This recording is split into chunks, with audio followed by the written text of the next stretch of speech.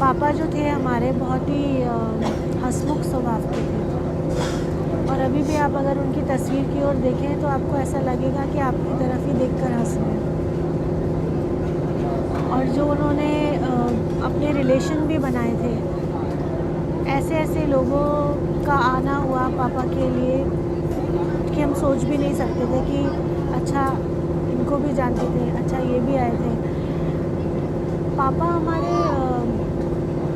अमिताभ बच्चन से लेके, शाहरुख खान से लेके, सलमान खान से लेके सबके साथ काम कर चुके थे, लेकिन जब वो घर पर हमारे साथ रहते थे तो वो एकदम उसी प्रकार रहते थे कि जैसे एक आम आदमी हो। मतलब उनमें ज़रा सी भी, जैसे कहते हैं ना, किसी भी चीज़ का सेंस ऑफ अचीवमेंट या किसी भी चीज़ का कि अरे मैं ये हूँ, मैंने ये किया, उनके अंदर वो कभी चीज़ थी ही नहीं। हम लोग के अपब्रिंगिंग में भी वैसा ही रहा है हमेशा, और हम लोग को कभी भी पापा ने ऐसे बोला नहीं कि ये करो या वो करो, तो उन्होंने कभी भी हमको ऐसे नहीं किया। उनके कहा तुम खुद अपने एक्सपीरियंसेस से सीखो, बिकॉज हम तुम्हें बोलेंगे तुम बाद में जाके गलती करो, तुम खुद करो, एक्सपीरियंस करो और फिर वापस आओ। मैं हमेशा यहीं पे I will wait for you, तुम वापस आ जाओ और मैं तब तुम्हें बताऊंगा ये तुमने क्यों गलत किया और कैसे किया और फिर अब क्या करना है तुम्हें। He was more like a friend to us than a father figure. जब आप लोगों ने करियर बनाने की शुरुआत की, बड़े हुए, तो पापा का कभी था रुझान कि अभिनय में जाएं या इंडस्ट्री में आए, जैसे पापा हमारे इस प्रकार के थे कि ना कभी उन्होंने पुश किया कि तुम ये करो, ना कभी उन्होंने पुल किया कि तुम ये मत करो। वो हमेशा ऐसे थे कि जो भी तुम्हें करना है करो, we'll always be together in it. You know, if you get stuck somewhere, just call us, let us know, we'll always be there. And we would discuss everything under the sun, whether be it I have liked this person or could be anything, you know. So कुछ फिल्में जो पापा ने अभी काम किया वो अब रिलीज होने वाली है, आप याद है आपको किसके किसके साथ काम करेंगे? पापा जो थे ना हमारे, वो कभी भी आके हम लोग देखते थे टीवी पे और फिर लगता था अच्छा पापा ने इसमें भी काम किया है। मतलब अभी रिसेंटली इम्तियाज़ अली का कोई वेब सीरीज़ आया और पापा का एक क्लिप भेजा किसी ने हमें, and that's when we got to know अच्छा पापा इसमें भी थे। हम लोग को वो कभी कोई एड फिल्म आ गया सपोज और बड़ा हंसल ब्रांड मेहता का स्कैम वो आया था, हम लोग को कोई आइडिया नहीं था, हम लोग देख रहे थे घर पे और बड़े बड़े ब्रांड्स, बड़े बड़े and when we are watching it यार इसमें हम लोग, मेरा भी है इसमें। He would never say that at home कि अरे आज मैंने ये किया, आज मैंने वो किया। ये तो BBK वाइन्स एक जो है यूट्यूबर, मेरा भाई उसका बहुत फ़ैन है, इसलिए उन्होंने बताया कि सुनो हम उसके साथ काम कर रहे हैं। But other than that he never used to discuss who he has worked with or what is he working on. अगर फिल्मों की बात करें तो 5 किरदार जो भाई बहन को हमेशा पापा की याद रहती है और आपको लगता है कि इन 5, जब भी पापा का नाम हो तो ये 5 चीज़ें, 5 काम, 5 फिल्में या 5 मूवी उनसे याद किया जाए। First was Definitely Ashoka, because Ashoka Satya. में जो मोनोलॉग था उनका, उससे वो एक्चुअल उनका everyone started recognising him in the industry. Satya was there, then कोई मिल गया, अजब प्रेम की गजब कहानी। अजब प्रेम की गजब कहानी, then dad was Reddy. doing a Reddy of course, then dad was doing a show, it was called नीली छतरी वाले। वो एक लॉन्ग रनिंग सीरियल था और हम जब उसको देखते थे तब लगता था कि यार पापा ने ना इसमें कोई एक्टिंग नहीं की है, This he is is him regular. actually him, you know. So that was there and there were many other along with this, but और लाइफ के कोई इवेंट, ये तो फिल्में हो गई जिन फिल्मों से आप चाहते हैं कि पापा का नाम लिखा जाए, ये फिल्में साथ में लिखी जाए। लाइफ के ऐसे इवेंट्स जो आप कभी नहीं भूलेंगे और उनको याद करेंगे, उन इवेंट्स को, highlights events. I think his leap of faith which he took, because उनके लिए acting was everything, but initially because of the family conditions he couldn't pursue it. But जब वो 40 हुए और उनको पता चला कि एक अर्ली रिटायरमेंट लेके फैमिली को भी एक तरीके से पेंशन का वो करवा के मैं अब स्ट्रगल कर सकता हूँ, like I can go try live my dream. तो पापा जॉब करते थे क्या? पापा गवर्नमेंट जॉब में थे।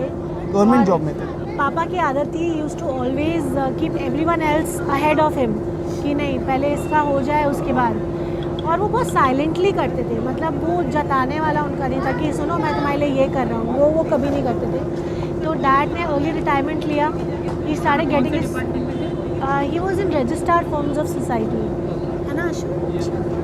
तो उसके बाद उन्होंने अर्ली रिटायरमेंट लिया।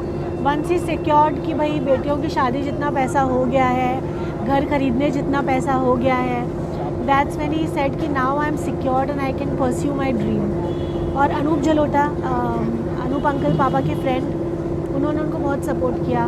पापा के और भी कई फ्रेंड्स हैं, उन्होंने बहुत सपोर्ट किया और उन सबका बहुत इंपॉर्टेंट रोल है पापा की लाइफ में। तो पहला इवेंट है कि 40 के बाद अपने करियर के 40 क्रॉस करने के बाद उन्होंने एक्टिंग में कदम रखा।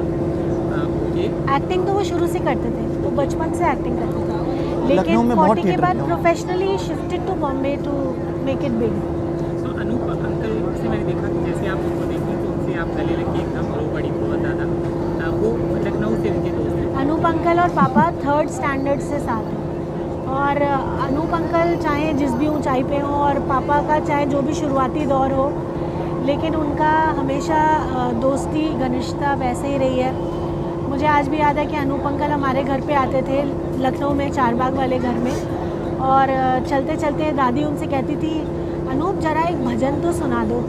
तो फिर वो अरे अम्मा, वो टूटा हुआ हारमोनियम उसमें सिक्का फंसा के वो बैठते थे और फिर गाते थे। और तो पापा का एसोसिएशन उस दौर से है अनूप अंकल के साथ। दूसरा इवेंट जो जिससे आप डैडी को याद करते हैं? दूसरा डैडी हमारे जब भी लखनऊ जाते थे, लखनऊ में उनका राज चलता था, मतलब ये बेटा जी अच्छा आपका बेटा है? जी, ये युवान है माई सन।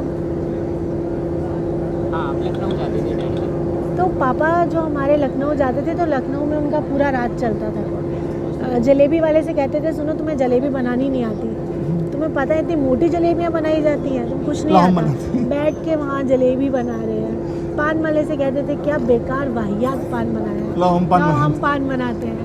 तो पापा का ऐसा था ना, वो हर चीज़ में एकदम पान वाले से भी दोस्ती, मिठाई वाले से भी दोस्ती। तो he used to always be very घुल मिल जाना, जैसे कहते हैं ना, सबके साथ। बॉलीवुड में उनका अनूप अंकल के अलावा और कौन दोस्त था जो एक्टर है? अनुपम खेर आए थे, अभी काफ़ी देर बैठ कर गए हैं। अनीस बज़मी, अनीस बज़मी ने ट्वीट किया था पापा के लिए, Hrithik Roshan tweeted for him, even Sunny Deol tweeted for him. इन लोगों से हमारा 1-on-1 जान पहचान नहीं है, बट चंद्र प्रकाश उनके काफ़ी द्विवेदी। खास थे। डॉक्टर चंद्र प्रकाश द्विवेदी हुए, और भी काफ़ी लोग हैं, अभी इस वक्त इतना नहीं हम लोग रिकलेक्ट कर पा रहे, पर पापा का जिससे भी बनता था घनिष्ठ संबंध बनता था। जैसे राजकुमार संतोषी हैं, वो जब भी उनकी शूट होती थी तो फ़ोन करके कहते थे सुनो ज़रा अरबी बना के ले आना। अरबी पापा बना को के लाओगे, cooking का आपका बहुत रोल शौक लिख रहे हैं, था। आओ। हाँ, 2 सीन क्या पड़ बना के जाएंगे। अरबी घुइयाँ की सब्ज़ी घुइयाँ की सब्जी पापा बहुत अच्छी बहुत बनाते अच्छी बनाते थे। कटहल की सब्ज़ी बना के ले आना। आज उनके खाने में घुइयाँ की सब्जी रखी है आपने? क्या क्या रखा उनका? आज सब उनका फेवरेट खाना है। उनको कद्दू की सब्ज़ी बहुत पसंद है, वो रखी है। उनको अंजीर की मिठाई बहुत पसंद थी, वो रखी है। उनको मेवा बाटी बहुत पसंद थी, वो रखी है। जो भी उनकी पसंद की चीज़ें थी, सब्जियों में उनको मिक्स वेजिटेबल, पनीर, जो भी उनको पसंद था हमने सब रखा है। जब एंड अगर कोई हमसे डायरेक्टली कांटेक्ट करता तो हम उसको एक क्लियर पिक्चर दे पाते हैं। लोगों ने सुना सुना सुना और छाप दिया, मतलब इतनी जहमत नहीं उठाई कि एक बार। कितने लोग थे जो पापा के अंतिम दर्शन के लिए आना चाहते थे, जो उनके करीबी थे, और वो इस कंफ्यूजन में कि लखनऊ में है सब, हमारे वो काफ़ी नहीं लोग आ पाए। लखनऊ पहुंच गए। काफ़ी लखनऊ पहुंच गए, और लखनऊ में हमारी ताई जी रहती हैं, तो काफ़ी जब पापा के डेथ की खबर हुई तो काफ़ी सारे रिपोर्टर्स हमारे लखनऊ वाले घर में पहुंच गए, तो कि क्या हुआ, कवरेज के लिए, उनका इंटरव्यू, फ़ोटो लेने के लिए। तो इस वजह से जो जेन्युइनली आना चाहते थे वो नहीं आ पाए, तो ये बहुत गलत हुआ, नहीं होना चाहिए। मेरी बात हुई थी आगरा वाले जीजा जी से हुई थी मेरी बात। हाँ, तो उन्होंने सब बता दिया था। फिर पहले तो हमने भी खबर मैं तो सिर्फ इतना कहना चाहती हूँ कि जो भी बहुत ही क्लीशे बात है ये, लेकिन जब आप खुद पे पड़ती है, खुद रियलाइज़ करते हो, तो आप इसको और अच्छे से समझते हो कि जो हमारे साथ होते हैं, स्पेशली हमारे पेरेंट्स होते हैं, due to our busy life और whatever reason, we always take them for granted. मतलब आज जो चलते चलते वो मुझे रोकते थे ना कि एक पराठा खाकर जाओ, या ये सब्ज़ी मैंने बनाई है चख के जाओ, और मैं कहती थी अरे यार ये सब्ज़ी मुझे पसंद नहीं है, मैं नहीं खाऊंगी। लेकिन अब लगता है कि कितना प्यार होता था कि अरे, और मुझे ऐसा लगता है कि before it gets too late everyone should realise it.